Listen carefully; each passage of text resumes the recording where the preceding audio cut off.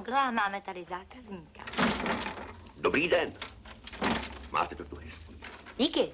Co si dáte? No.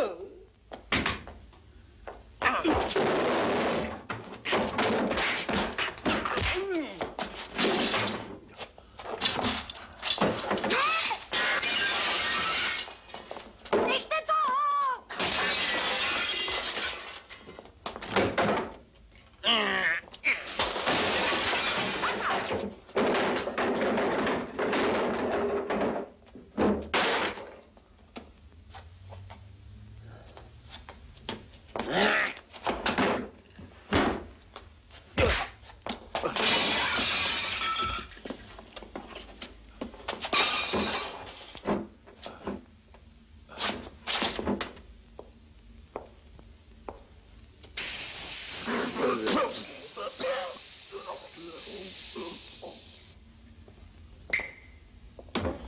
Tady je to nejasný. V noci z 12. na 13. Mario si pamatuje, že přived Ritu.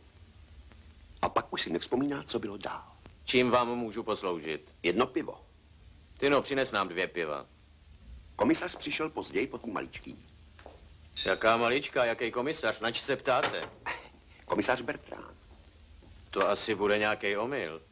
Protože ten, o kterým jste se zmínil, byl zabitý od gangstrů. Našli ho na pobřežní silnici. Dělá to 12 franků, zavíráme. Je moc teplý.